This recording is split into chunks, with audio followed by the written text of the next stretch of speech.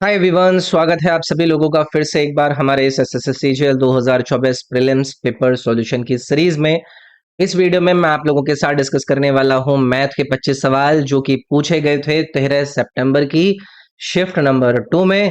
तो चलिए डिस्कशन को हम शुरू करते हैं। अगर ये डिस्कशन आपको थोड़ा सा भी फायदेमंद लगता है तो इस वीडियो को आप लोगों को लाइक जरूर करना है, और इस वीडियो के डिस्क्रिप्शन में आपकी जो प्लेलिस्ट है मैथ के, जितने भी हमने इस पूरे के पूरे 2024 के शिफ्ट वाइज क्वेश्चन डिस्कस करे हैं उसकी, जीएस की, रीजनिंग की या इंग्लिश की, वो सारी प्लेलिस्ट का लिंक आपको इस वीडियो के डिस्क्रिप्शन में दिया हुआ है। चलो भाई आगे बढ़ते हैं। आगे बढ़ने से पहले अगर कोई नया विद्यार्थी हमारे इस प्लेटफॉर्म पर जुड़ा है तो ये मेरा एप्लीकेशन AD24 है, इसको आप डाउनलोड करके एक बार एक्सप्लोर जरूर कीजिएगा, क्योंकि इसके अंदर आपको आपकी किसी भी वनडे एग्जाम की तैयारी कराने का पूरा कंटेंट अवेलेबल है। जैसे कि जीके, जीएस, रीजनिंग, इंग्लिश या फिर मैथ, इन सारे के सारे सवालों का हर सवाल में लगभग 12-13 हजार क्वेश्चंस का कलेक्शन मेरे इस ऐप पर आपको नजर आएगा, जिसे आप लोग अपनी प्रैक्टिस के लिए यूज कर सकते हैं। सॉल्यूशन वगैरह सब चीजें प्रोवाइडेड हैं। ये 4 कोर्सेज हैं। इन चारों कोर्सेज से जुड़कर आप अपना इंग्लिश, क्वांट, रीजनिंग और जीके जीएस का coverage, complete theory, complete practice, complete quizzes try कर सकते हैं। ये आपको प्रोवाइडेड है। हर एसएससी एग्जाम की टेस्ट सीरीज, रेलवे एग्जाम की टेस्ट सीरीज और बाकी के भी इंपॉर्टेंट कोर्सेज अवेलेबल हैं। इसको एक बार ट्राई जरूर करना है आपको। तो चलिए भी आइए पहला सवाल डिस्कस करते हैं। दिया गया ग्राफ विभिन्न बच्चों की आयु के आंकड़े को दर्शाना है और आपसे पूछ रहे हैं कि आयु के माध्य और बहुलक में क्या अंतर है, यानी कि मीन और मोड ऑफ द एजेस में आप लोगों को अंतर बताना है। तो भाई अगर आपने मीन, मोड, मीडियन जैसे जो टॉपिक के अंदर आपके चीजें पढ़ाई जाती हैं वो पढ़े होंगे, तो अगर आपने वो सब चीजें कर रखी हैं तो आसानी से आप इसको कर पाते हैं। अगर आपने नहीं करी है कोई दिक्कत नहीं है। मैं आज आपको मीन और मोड रिलेटेड बातें बता देता हूं। आपको अगर कल को आपके एग्जाम में कुछ इस तरीके की बात पूछने मिले तो आप उस कॉन्सेप्ट को अप्लाई कर दीजिएगा।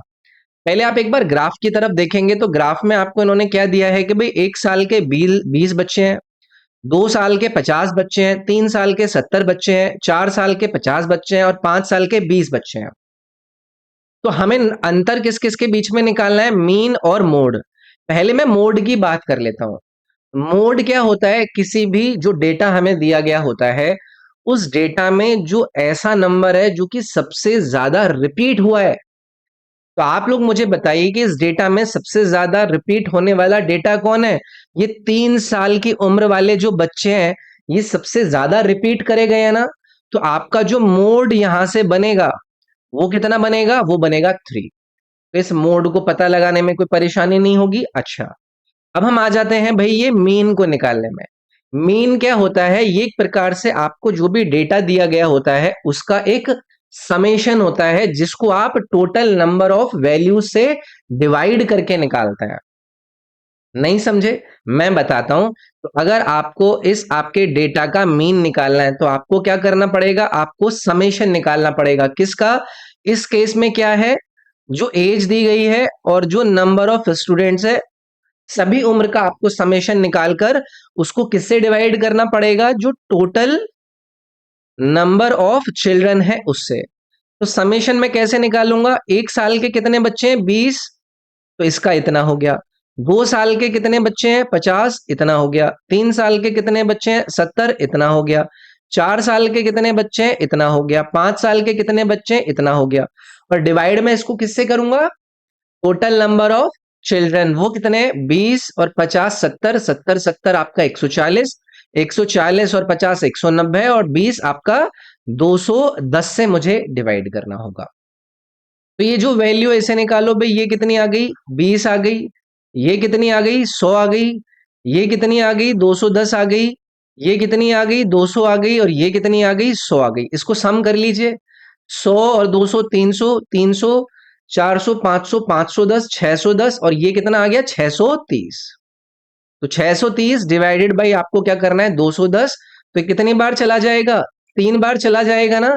तो आप मुझे बताइए कि जो मीन आया वो कितना आया आपका, 3 आया। जो मोड है वो आपका कितना है, 3 है।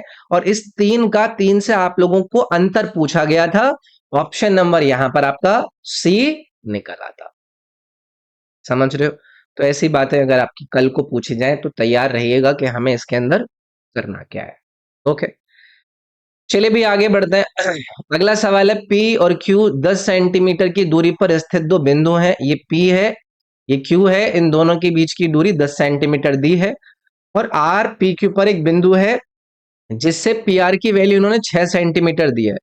ये आर की वैल्यू आपको, यानी कि पी आर की वैल्यू 6 सेंटीमीटर है, यानी कि आर क्यू की वैल्यू कितनी है, 4 सेंटीमीटर। तो ये क्या पूछ रहे हैं कि भाई what percentage is the length of Q R decrease, यानी कि क्यू आर की लंबाई कितनी प्रतिशत कम हो जाएगी, कब, जब लेंथ पी आर की आपने इंक्रीज कर दी है 5% से। पी आर की लेंथ 6 है, इसको 5% से अगर मैं इंक्रीज करूंगा तो 5% कितना आएगा इसका, 0.3। तो अगर 0.3 इंक्रीज किया तो पी आर बढ़कर अब कितना हो गया आपका, 6.3। अगर पी आर 6.3 बढ़ गया है तो इसका मतलब ये है कि आर क्यू आपका 0.3 कम हो गया होगा। भाई अगर मैंने पी आर को आगे 0.3 बढ़ा दिया, इसका मतलब आर क्यू में 0.3 की कमी करी होगी। तो ये वही पूछ रहे हैं कि कितने प्रतिशत की कमी है, 0.3 की कमी है, प्रतिशत निकालना है। तो आपका 4 यहां पर वैल्यू था, इसको आप डिवाइड करेंगे तो ये आपका 25 25 से 75, यानी कि 7.5% की कमी होती आपकी इस आर क्यू में, यानी कि जो ऑप्शन नंबर सी था वो आपका करेक्ट हो जाता। ठीक है, चलिए आगे बढ़ेंगे। एक व्यापारी को 1 वर्ष में दे इतने का भुगतान करना है, लेकिन व्यापारी 6 महीने बाद खाता निपटाना चाहता है। यदि साधारण ब्याज की दर 9% प्रति वर्ष है, उसे कितनी नकदी देनी चाहिए। सवाल क्लियर है ना, कि सवाल में पूछा क्या है। पहला काम हमारा यही होना चाहिए कि सवाल ने पूछा क्या है, करना पता है, आप सबको आता होगा। आधे लोग सवाल को समझने पर ध्यान ही नहीं देते हैं, उनको बस सॉल्यूशन की पड़ी होती है।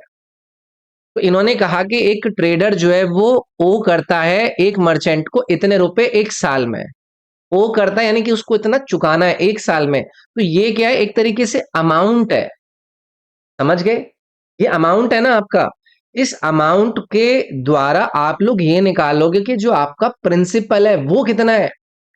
तो अगर मैं यहां से अमाउंट निकालूं, यानी कि प्रिंसिपल निकालूं, तो अमाउंट कितना है यहां पर, इतना।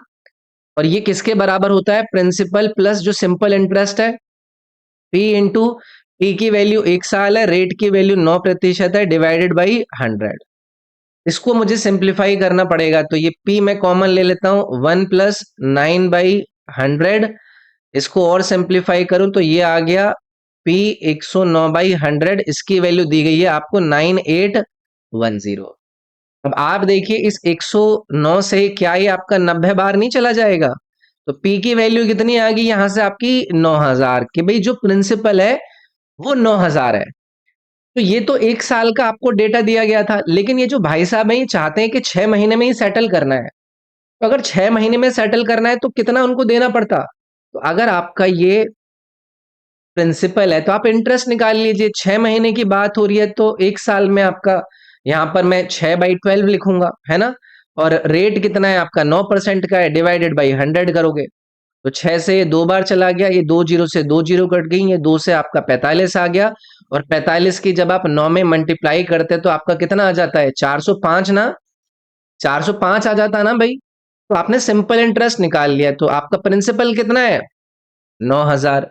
6 महीने बाद इतना इंटरेस्ट आपको देना पड़ रहा है, तो 9405, ये वाला जो ऑप्शन है ये आपका सही हो जाता। आसान है, मैं फिर कहूंगा सवाल को अंडरस्टैंड कीजिए, पूछा क्या है उसको अप्लाई कीजिए, आप आंसर निकाल लेंगे। चलिए आगे बढ़ते हैं भाई। एक चालान पर 10% और 16% की जो छूट श्रृंखला है उसका आपको एक सिंगल डिस्काउंट बताना है। ये सवाल यार बहुत कॉमन है, ये आपके लिए रहेगा होमवर्क में। तो आप मुझे क्वेश्चन नंबर 4 का कमेंट करके आंसर बताइएगा कि आपका उत्तर क्या आया। ठीक है, अगला सवाल है, पी और क्यू एक ही बिंदु से एक वृत्ताकार ट्रैक पर विपरीत दिशाओं में दौड़ना शुरू करते हैं। उनकी गति क्रमशः 10 मीटर पर सेकंड और 8 मीटर पर सेकंड है, तो ट्रैक की लंबाई इतने मीटर होने पर वे कितने समय के बाद मिलेंगे। अगर वो ऑपोजिट डायरेक्शन में घूम चल रहे हैं, जो पी और क्यू हैं, तो इनकी जो रिलेटिव स्पीड है, इनकी जो सापेक्षिक गति है वो कितनी हो जाएगी, 10 + 8, यानी कि 18 मीटर पर सेकंड। अब आपको समय बताना है, तो समय बराबर दूरी कितनी है 1620 मीटर और चाल कितनी है 18। तो आप इसको डिवाइड कर लो 18 निम्मा और ये टाइम कितना आ गया आपका 90 सेकेंड आ गया। ये आपका जो फोर्थ वाला ऑप्शन था ये इसमें करेक्ट हो जाता है, कुछ भी नहीं है इसमें भी। ठीक है, चलिए भाई आगे बढ़ते हैं। एक ही घोल को दो अलग अलग मात्राओं में जिनमें अव्यय ए और बी हैं दो अलग अलग कंटेनर में संग्रहित है। पहले कंटेनर में इतने लीटर ए और इतने लीटर बी है। दूसरे कंटेनर में घोल की कुल मात्रा इतने लीटर थी। दूसरे कंटेनर में घोल का कितना हिस्सा बी घटक से बना है। ये मिक्सचर एंड एलिगेशन वाला भी आपका सवाल है। फर्स्ट कंटेनर पर आता हूं मैं, है ना। फर्स्ट कंटेनर के अंदर इन्होंने जो मात्राएं दी हैं वो कितनी दी हैं 252 लीटर ए है। ए और बी का अनुपात निकालता हूं मैं, कितना है ये 252 और बी कितना है भाई 441। ये पहले कंटेनर का सिचुएशन है। ठीक है, तो इन्होंने क्या करा है कि दो डिफरेंट क्वांटिटी सेम सॉल्यूशन की जिसमें ए और बी इंग्रेडिएंट था दो अलग अलग कंटेनर में रखा था। पहले कंटेनर में ए और बी इतने इतने लीटर थे, सेकंड कंटेनर में टोटल क्वांटिटी आपको दी है इतने लीटर है। तो ये कह रहे हैं कि कितना much of solution in the second container was made up of ingredient B, कितना बी से वो मिलकर बना हुआ है। तो पहले यहां से मैं अनुपात निकाल लूं भाई, आप इसको कट कर लीजिए। 21 से कट जाएगा क्योंकि 21 का स्क्वायर है, 21 से 21 बार चला गया, 21 से 21 और 21 दूनी 42, 3 से ये 4 बार, 3 से ये 7 बार। तो ए और बी का पहले कंटेनर में आप लोगों ने अनुपात निकाल लिया कितना 4 और 7 का। ठीक है, अब आप इसको x बाई मानकर करना चाहें तो आप कर सकते हैं। दूसरे कंटेनर में अब मैं आता हूं, सेकेंड कंटेनर की बात करो, टोटल क्वांटिटी कितनी दी है भाई आपकी 1188। ये किससे मिलकर बना है, अगर मैं x और y मानता हूं आपके a वाले वैल्यू और b वाले वैल्यू को तो वो मैंने यहां पर लिख लिया। अब इसमें मुझे क्या करना है, इन्होंने पूछा है कि b कितने से मिलकर बना हुआ है, तो यार 1188 है, b कितना है 7 है, टोटल कितना है 7 4 11 है। आप कर लो इसको, 11 एकम 11, 11 अठे 88, 7 की मल्टीप्लाई करो 8 सत्ते 56, 5 756 लीटर। ये आपका ए वाला ऑप्शन आ जाता ना यार। अनुपात निकाल लिया था आपने पहले कंटेनर से और उसी अनुपात में आपके अपने उस दूसरे वाले कंटेनर के अंदर टोटल सॉल्यूशन के अंदर से आपने बी वाला निकाल लिया, आंसर आ गया आपका। ठीक है, अनुपात निकालना है बस कुल मिलाकर। अगला सवाल है, वृत्त की त्रिज्या 8 सेंटीमीटर है, वृत्त के बाहर स्थित एक बिंदु की केंद्र से दूरी 17 सेंटीमीटर है, बाहरी बिंदु से वृत्त पर खींची गई स्पर्श रेखा की लंबाई बताइए। यार ये रटा हुआ होता है सबको, टेंजेंट की लेंथ पूछ रहे हैं ना ये बेसिकली, लेंथ ऑफ टेंजेंट स्पर्श रेखा की लंबाई वो कितनी हो जाती है, जितनी डिस्टेंस थी उसका स्क्वायर माइनस रेडियस का स्क्वायर। क्योंकि जब मैं एक वृत्त के अंदर ये वाली सिचुएशन बनाता हूं, ये वाली, तो ये परपेंडिकुलर बनता है ना। अब ये वैल्यू वैल्यू आपको 17 दी है, ये वैल्यू आपको 8 दी है, तो पाइथागोरस ट्रिपलेट में आप इसको अगर निकालोगे तो इसका स्क्वायर माइनस इसका स्क्वायर का रूट ही तो निकालोगे। तो यहां पर आपको क्या करना है 17 का स्क्वायर माइनस 8 का स्क्वायर। तो ये 17 का स्क्वायर कितना होता है भाई 289 माइनस 64, ये कितना आ गया आपका 225। आप ट्रिपलेट से भी निकाल सकते थे, तो 15 सेंटीमीटर। ये जो डी ऑप्शन इन्होंने दिया था वो आपका करेक्ट हो जाता। 17 8 15 आपके ट्रिपलेट होते हैं, उससे भी सीधा सीधा निकल जाता, लेकिन जिनको नहीं आइडिया है उनको मैंने एक्सप्लेन कर दिया है। अगला है भाई, यदि संख्या ये जो है वो 8 और 5 दोनों से विभाज्य है तो x और y के स्थान पर क्रम से कौन से अंक आने चाहिए। संख्या कितनी है भाई 6 2 6 8 4 x और y। ये किससे विभाजित होते हैं भाई 8 और 5 दोनों से डिवाइड हो रहा है। आप मुझे एक बात बताओ, इस y की जगह पर आपका क्या आना चाहिए, क्योंकि 5 की जब हम डिविजिबिलिटी चेक करते हैं तो उस कंडीशन में या तो आपका y की जगह पर 5 आना चाहिए या फिर 0 आना चाहिए, है कि नहीं। और उसके बाद अगर मैं यहां पर 5 या 0 रख के ये देखता हूं कि ये आपका x की जगह पर क्या आएगा, तो 8 की डिविजिबिलिटी में लास्ट की जो तीनों डिजिट है वो मुझे चेक करनी पड़ेंगी कि क्या वो 8 से डिविजिबल है या नहीं है। तो इसमें यार ऑप्शन वाइज आप चले जाओगे तो वो ज्यादा बढ़िया है, जैसे कि 4 x की जगह पर आप x रहो, y की जगह पर आप 5 रख दो। तो यहां पर आप 0 रख के देखो 8 से कट रहा है कि 8 पंजे 40, ये वाला ऑप्शन एलिमिनेट कर दिया अभी आपने। दूसरा वाला ऑप्शन देख लो, 4 4 0, 8 से कट रहा है क्या ये? 8 पंजे 40, 8 पंजे 40, इस दूसरा वाला ही ऑप्शन हो गया यार। इसमें तो मतलब ऑप्शन के थ्रू जाते तो आसान है, और आपको इन्होंने 8 और 5 की डिविजिबिलिटी का आपको आइडिया होना ही चाहिए। जब नंबर सिस्टम पढ़ते हैं तो डिविजिबिलिटी का आइडिया बहुत अच्छे से हमें होना चाहिए। चलिए भाई, अगला सवाल है, दो संकेंद्रीय वृत्तों में से बड़े वृत्त की जीवा की लंबाई 20 सेंटीमीटर है तथा यह छोटे वृत्त पर स्पर्श रेखा है। दोनों वृत्तों के बीच वार्षिक भाग का क्षेत्रफल आप लोगों को बताना है। यार, एक कॉर्ड है, वो किसकी है? Larger among the two concentric circles. दो कंसेंट्रिक सर्कल मैंने यहां पर बना लिए, संकेंद्रीय वृत्त। तो जो कॉर्ड है बड़े वाले सर्कल की, उसकी लेंथ इन्होंने दी है 20 सेंटीमीटर, और छोटे वाले सर्कल पर क्या है? वो स्पर्श रेखा है। तो ये जो वैल्यू मैंने यहां पर खींची है, ये कितनी है? ये टोटल वैल्यू 20 सेंटीमीटर है। आंसर निकल चुका है, आंसर दिमाग में आ चुका है। तो जब आप प्रैक्टिस करते हैं तो आपको ऐसे सवालों को सॉल्व करने में दिक्कत नहीं होनी चाहिए। तो ये क्या कह रहे हैं? What is the area of the annual portion between the two circles? आपको ये वाला जो एरिया है इसकी वैल्यू ये पूछना चाह रहे हैं। ठीक है, तो चलो भाई कोशिश करते हैं। आप मुझे बताओ कि जो एरिया होता है दो कंसेंट्रिक सर्कल्स के बीच का, वो कितना होता है? पाई, जो बड़े वाले सर्कल की रेडियस है उसका रेडियस का स्क्वायर माइनस स्मॉल रेडियस का स्क्वायर, यही तो एरिया होता है कि नहीं? आप मुझे बताइए कि ये क्या है? छोटी वाली आर है, ये क्या है भाई? बड़ी वाली आर है, और ये वाली वैल्यू कितनी है? ये 10 है, इस 20 का आधा। ये इसको दो भागों में विभाजित कर रहा होगा। तो इसमें पाइथागोरस ट्रिपलेट जब आप लगाओगे, पाइथागोरस थ्योरम लगाओगे, तो उसकी वैल्यू क्या आएगी? R square plus 10 square. तो यहां से आप मुझे बताइए कि कैपिटल आर स्क्वायर और स्मॉल आर स्क्वायर का जो अंतर है वो कितना आ रहा है? 10 स्क्वायर। तो यहां पर इस 10 स्क्वायर की वैल्यू रख दो आप, तो 100 पाई आंसर हो गया ना भाई इसमें आपका। है ना? चलो आगे बढ़ते हैं।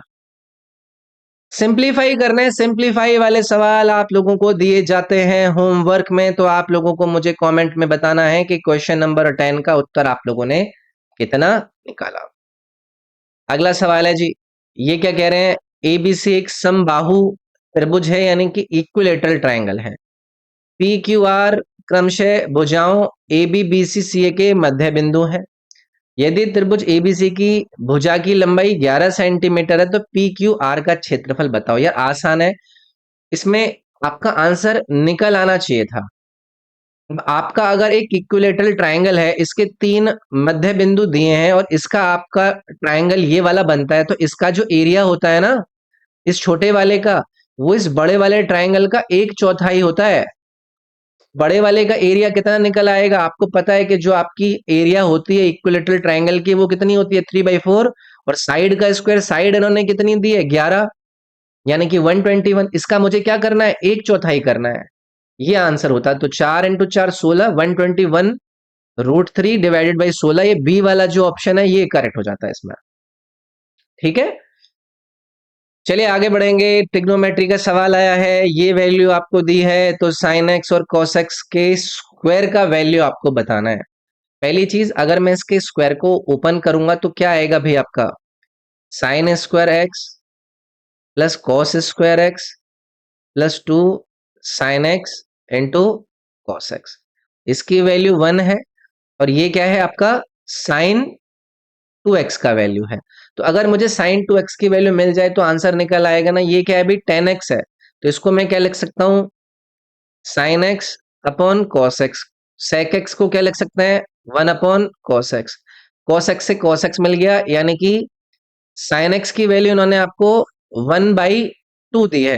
तो कितने पर होती है 1/2? यानी कि एक्स की वैल्यू यहां से 30 डिग्री आ गई ना, यहां पर 30 डिग्री पुट कर दो भाई। तो यहां पर जब आप 30 डिग्री पुट करोगे तो साइन 60, और साइन 60 की वैल्यू कितनी होती है? √3/2। तो आंसर क्या आ जाएगा? 2 प्लस √3 डिवाइडेड बाई 2। तो ये जो आपका ऑप्शन नंबर यहाँ पर बी वाला दिया गया है ना, वो आपका करेक्ट हो जाता। आसान है ये भी। चलिए अगला सवाल देखेंगे भाई।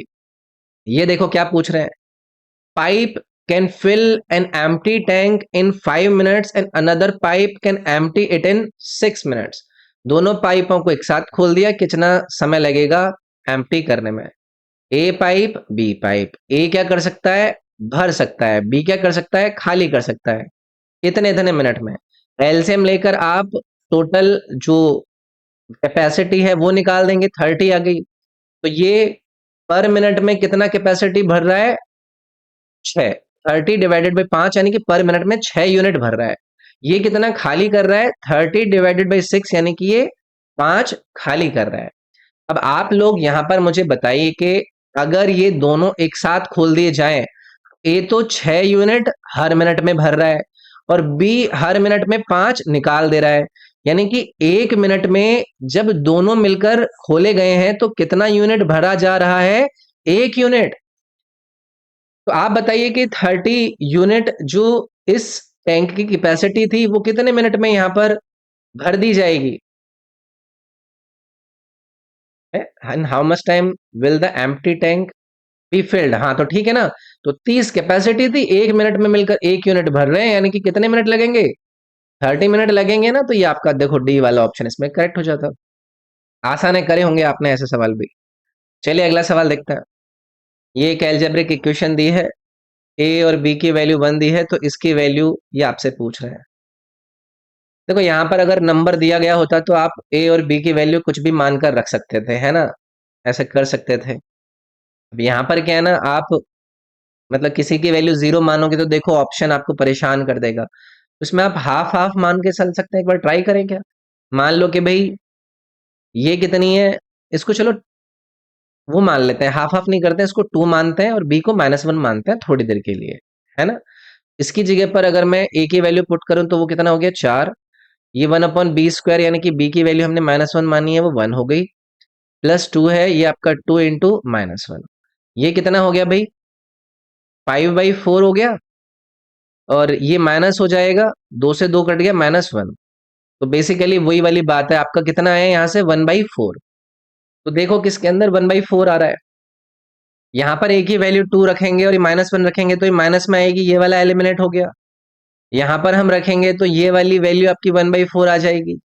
यहाँ पर रखेंगे तो देखो यहाँ पर भी आ रही है। तो इसमें ये वाली दिक्कत हो जाती है कि वैल्यू पुटिंग के केस में आप लोगों के लिए ये इश्यू आ जाता है कि दो ऑप्शन सेम ना बन रहे हो। यहाँ पर भी ये माइनस आएगा तो ये वाला भी ऑप्शन एलिमिनेट हो गया। ये तो दो ऑप्शन बचे हैं, आपका सेकंड और आपका थर्ड वाला।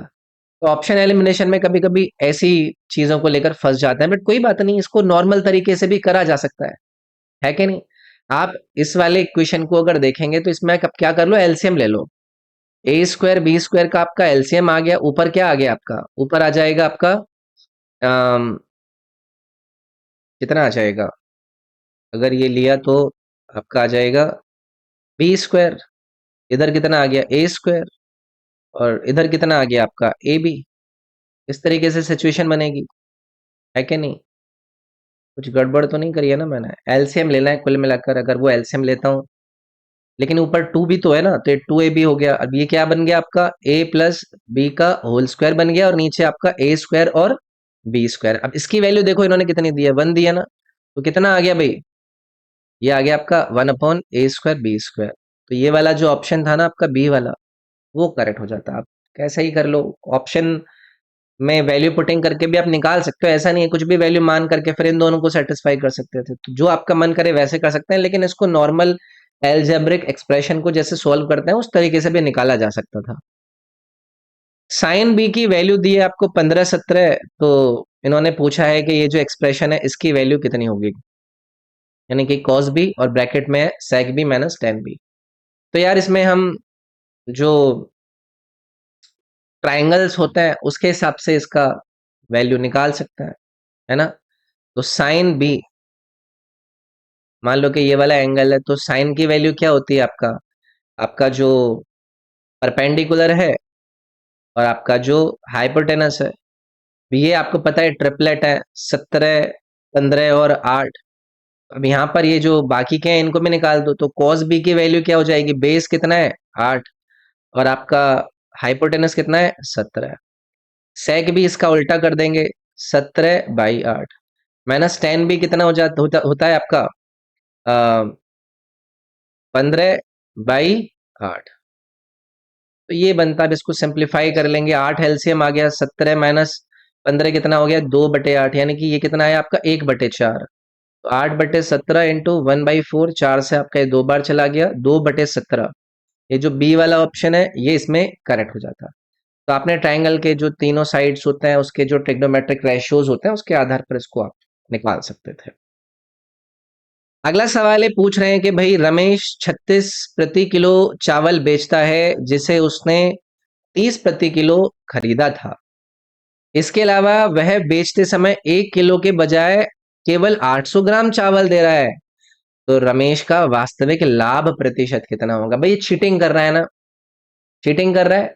तो एक्चुअल में जो ये भाई है ये जो सेलिंग प्राइस कर रहा है वो इसका जो सेलिंग प्राइस है एक्चुअल वो कितना है, वो एसपी ऑफ 0.8 kg का है ना, क्योंकि ये 200 ग्राम तो कम दे रहा है। तो एक्चुअली में जो सेलिंग प्राइस 8 ग्राम का है वही तो है ना इसका एक्चुअल सेलिंग प्राइस।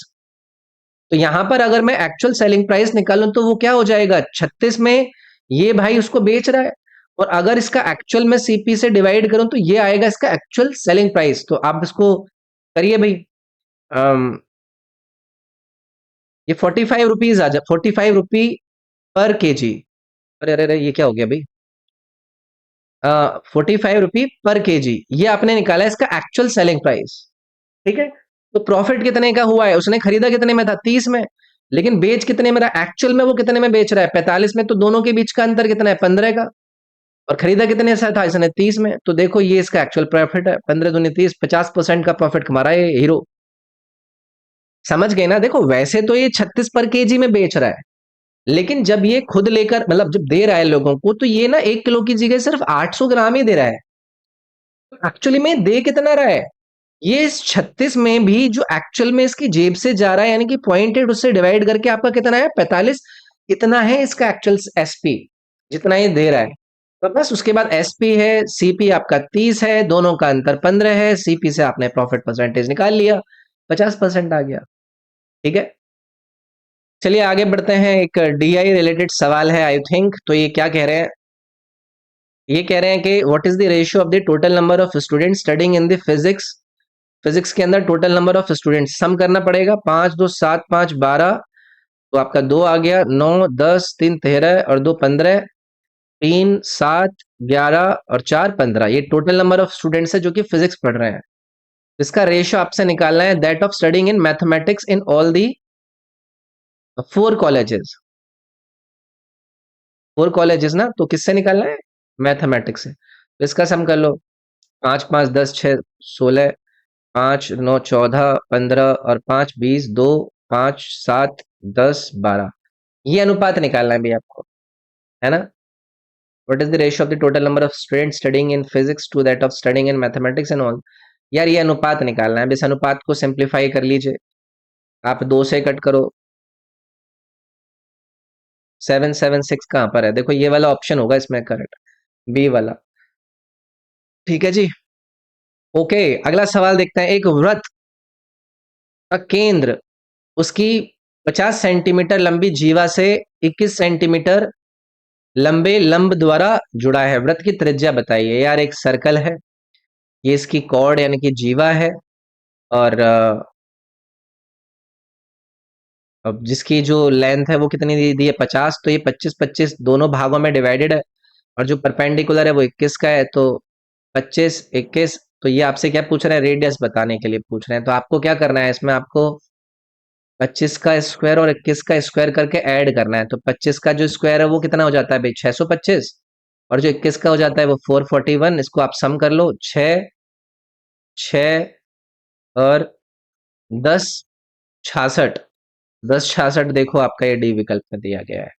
ठीक है, अगला सवाल ये पूछ रहे हैं निम्नलिखित में से ए और बी के किन मानों के लिए दी गई समीकरण का कोई हल नहीं है।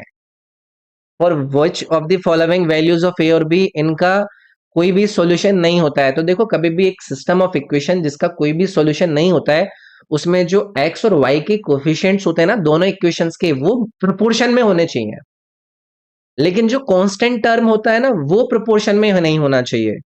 तो ये पहली इक्वेशन को पिक कर लेते हैं, तो इसको हम अरेंज करते हैं, x minus A Y equals to 2 minus A, ये पहली इक्वेशन है। दूसरी क्या है, 1 minus A X plus 6y equals to A plus B. तो ये ऑलरेडी कांस्टेंट दूसरी तरफ है, तो इनके x और y के कांस्टेंट को हम किस में ले आएंगे, उसमें ले आते हैं प्रोपोर्शन में, है ना। तो यहां से ये कितना है, 1/1 माइनस ए, है ना, और इधर कितना है ये माइनस ए अपॉन 6y है ना, अपॉन 6। तो ये पहली इक्वेशन बन गई। तो इसमें बी कहाँ है यार, अच्छा बी इधर है ना, लेकिन बी का करूं क्या, वो तो प्रोपोर्शन में ही नहीं है यार, है। तो मैं एक काम करता हूँ, इसको ना एक उसमें ले लेता हूँ, इसको एक के कांस्टेंट के बराबर रख लेता हूँ। तो पहले आप इसके बराबर रखो इसको, यहाँ से के की वैल्यू निकालो। तो के की वैल्यू इस पहले केस से कितनी आ गई, 1/1 माइनस है। इस दूसरे केस में इसको अब के बराबर रखो, यहां से आपके लिए के की वैल्यू कितनी आएगी, माइनस ऑफ a/6, यही आएगी। इन दोनों को बराबर ही तो रख रखा था। अब इसमें एक क्वेश्चन, इसको यहां से इक्वेशन ही निकाल लेते ना सीधी सीधी। तो यहाँ से हम इक्वेशन सॉल्व करें, ये मैंने क्या करा है, बिना फालतू का एक्स्ट्रा काम बढ़ाया है, कांस्टेंट मान के यहीं से इक्वेशन निकाल लेता। 6 equal to minus A plus A square, तो ये क्या है भाई, A square minus A minus 6 की वैल्यू यहाँ पर 0 दी गई है। तो अब इसमें आप जो क्वाड्रेटिक इक्वेशन को सॉल्व करने का आपका श्रीधराचार्य वाला फॉर्मूला होता है, आप उसको इसमें लगा सकते हैं, या फिर -6 है तो 3 - 2 से आ जाएगा ना ये, यानी कि A square -3a plus 2a minus 6 equals to 0। तो यहाँ से a की वैल्यू कितनी आ गई, 3 आ गई ना, a की वैल्यू 3 आ गई इस वाली इक्वेशन से। तो a की वैल्यू 3 आ गई है, तो क्या करूं मैं, a की वैल्यू 3 आ गई तो आगे क्या करूं, कांस्टेंट को तो मैं कंपेयर नहीं कर सकता ना। अच्छा नॉट इक्वल टू है ना, अच्छा देखो भाई, a की वैल्यू 3 आ गई ना, तो जब नो सॉल्यूशन होता है ना, तो जो x और y के कोफिशिएंट है उनके अनुपात तो समानुपाती थे, लेकिन जो कांस्टेंट टर्म्स है उनका अनुपात समान नहीं होता है। तो मुझे बस क्या करना है, मुझे उनके कोफिशिएंट को वो कर देना है। तो यहां से भाई a की वैल्यू निकाल लिया ना मैंने, मैं इसको एक बार हटाता हूं, a की वैल्यू मैंने 3 निकाल ली। अब जो कांस्टेंट टर्म के कोफिशिएंट है, तो यहां पर इसका कांस्टेंट टर्म का कोफिशिएंट क्या है, 2 माइनस है, ठीक है। इधर इसका वो क्या है, a प्लस बी, ये क्या है, बराबर नहीं है किसके, इसके लिख लेते हैं x वाले के। तो 1/1 माइनस a की वैल्यू जिसकी 3 थी, तो ये कितना आ गया, 1/-2, ये बराबर नहीं है 2 माइनस ए अपॉन ए प्लस बी। ए की वैल्यू भी यहाँ पर रख देते 3, 3 में यहाँ पर रखूंगा, ये -1 हो गया। तो ये -1/2 बराबर नहीं है -1/3 प्लस बी के, ये माइनस हटा सकते हैं, इधर ले जाऊंगा तो 3 प्लस बी बराबर नहीं है 2 के, तो बी बराबर नहीं है किसके, -1 के। तो ये जो आपका ए की वैल्यू 3 और बी की वैल्यू बराबर नहीं है -1, ये डी वाला ऑप्शन करेक्ट हो जाता है। तो थोड़ा सा अलग हटके सवाल है, लेकिन बस कुल मिलाकर एक कॉन्सेप्ट आपको याद रखना है कि जब कभी भी किसी इक्वेशन की कोई भी सॉल्यूशन नहीं होता है, तो x के कोफिशिएंट के अनुपात y के कोफिशिएंट के अनुपात तो बराबर होते हैं, लेकिन ये इक्वल नहीं होते हैं। जो कांस्टेंट होते हैं ना उनके अनुपात के कांस्टेंट के इक्वल नहीं होता है। तो ये नॉट इक्वल टू से इन्होंने b की वैल्यू को निकाल कर आंसर निकाला है यहाँ पर, ठीक है। चलिए भाई, ये एक इक्वेशन दी गई है क्वाड्रेटिक इक्वेशन, इसको सिंप्लीफाई करना है, इसको आप करेंगे भाई होमवर्क में, आसान है ये। तो आप मुझे बताइएगा कि क्वेश्चन नंबर 20 का आप लोगों का आंसर कितना आया। ऊपर सीधे सीधे दिख रहा है आपको, उसको आप एक क्वाड्रेटिक इक्वेशन में करिए, नीचे दिया गया इधर दिया गया, एडजस्ट कीजिए और आंसर बताइएगा मुझे। अगला सवाल है, एक बेलन का घन इकाई में आयतन क्या है जिसकी ऊंचाई व्यास के बराबर है और त्रिज्या 4 इकाई है। उन्होंने पूछा है what is the volume in cubic units of a cylinder, जिसकी हाइट जो है वो उसके डायमीटर के बराबर है। तो वॉल्यूम सिलेंडर का किसके बराबर होता है, इसके बराबर। यहां पर जो इन्होंने हाइट दी है वो क्या दी है, डायमीटर के बराबर, यानी कि 2 इंटू रेडियस के बराबर। रेडियस कितना दिया इन्होंने 4, यानी कि हाइट की वैल्यू कितनी आ गई आपके पास 8 यूनिट्स। अब आप वॉल्यूम निकाल दीजिए, तो वॉल्यूम कितना हो जाएगा पाई, आर की वैल्यू कितनी थी 4 इंटू 8, तो 16 8 128, 128 पाई। ऑप्शन नंबर सी आपका इसमें करेक्ट हो जाता। अगला सवाल है ट्रिग्नोमेट्री से tan a की वैल्यू दी है, तो देखो tan a दिया है ना, तो यहां पर आप क्या कर लो cos a से डिवाइड कर लो।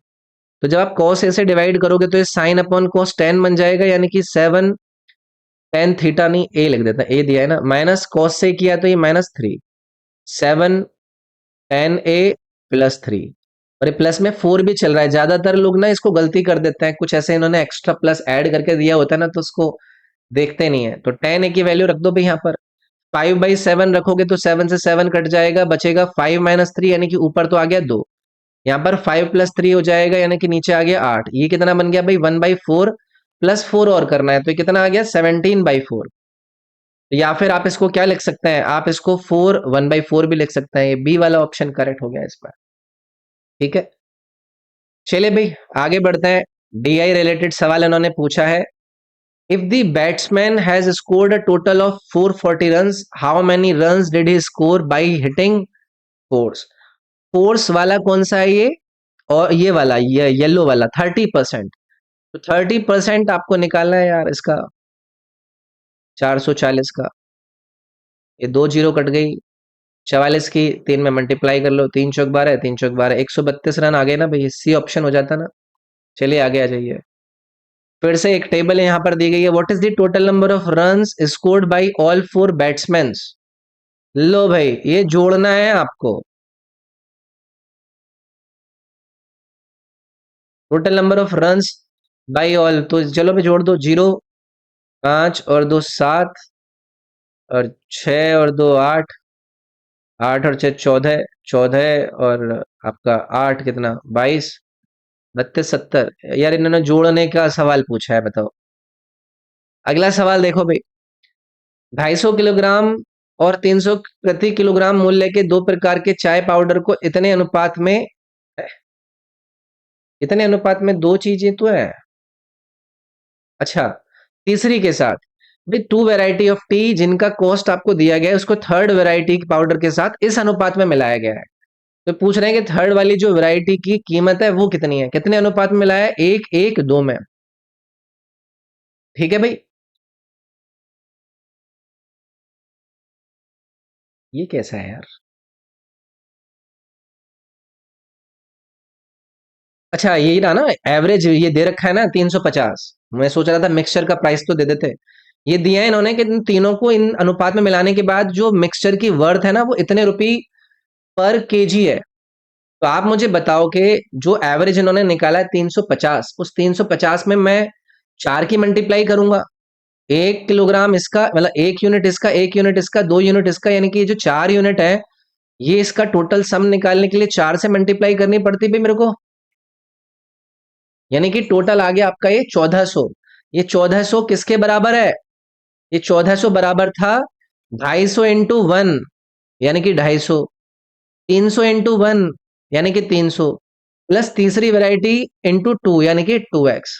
250 और 300 550, इसको इसमें से माइनस करो, 13 में से 5 गए 8, अब इसको डिवाइडेड बाई कर दो 2 से, ये x की वैल्यू है। तो 2 चौक 8, 2 दूनी 4, 425, ये आपका डी वाला जो ऑप्शन है ये इसमें करेक्ट हो जाता है। ठीक है, बेसिक जो आपके अनुपात वाले सवाल होते हैं उन पर आधारित था। तो ये थे भाई आपके इस क्वांटिटेटिव एप्टीट्यूड के 25 सवाल, जो कि 13 सितंबर की शिफ्ट नंबर 2 में आप लोगों से पूछे गए थे। आई होप आपको ये सेशन पसंद आया होगा, कुछ फायदा लगा होगा। इस वीडियो के डिस्क्रिप्शन में आप लोगों को मेरे इंस्टाग्राम का लिंक मिल जाएगा, वहां पर जाकर आप लोग मुझे मैसेज कर सकते हैं। कोई भी आपको अगर चीज पूछनी है, कोई भी बात होती है, मुझे मैसेज करके आप पूछ सकते हैं। टेलीग्राम का लिंक है, उसको ज्वाइन जरूर कर लीजिएगा, उस पर आप लोगों को मैं अपडेट देता रहता हूँ। वीडियो को लाइक कर दीजिएगा, बाकी के जो लिंक्स है सारे के सारे वीडियो के डिस्क्रिप्शन में है। तो चलिए मिलते हैं आपसे अगली क्लास में। बाकी ये जो मेरा ऐप है इसको डाउनलोड जरूर कीजिएगा, इसका लिंक भी मैंने वीडियो के डिस्क्रिप्शन में दिया है। इसमें बहुत सारी चीजें हैं, जैसे कि ये आपको ना मेरे मैथ का कोर्स यहाँ पर नजर आएगा, इसको आप ज्वाइन जब करोगे तो इसमें मैथ के सारे टॉपिक्स की सारी वीडियोस आपको मैं एक एक करके अपलोड करता हुआ चल रहा हूँ। तो मिलता हूँ आपसे अगली वीडियो में, इसमें इतना ही रखते हैं अभी आज के लिए, अपना ख्याल रखिएगा। Thank you, take care, bye bye.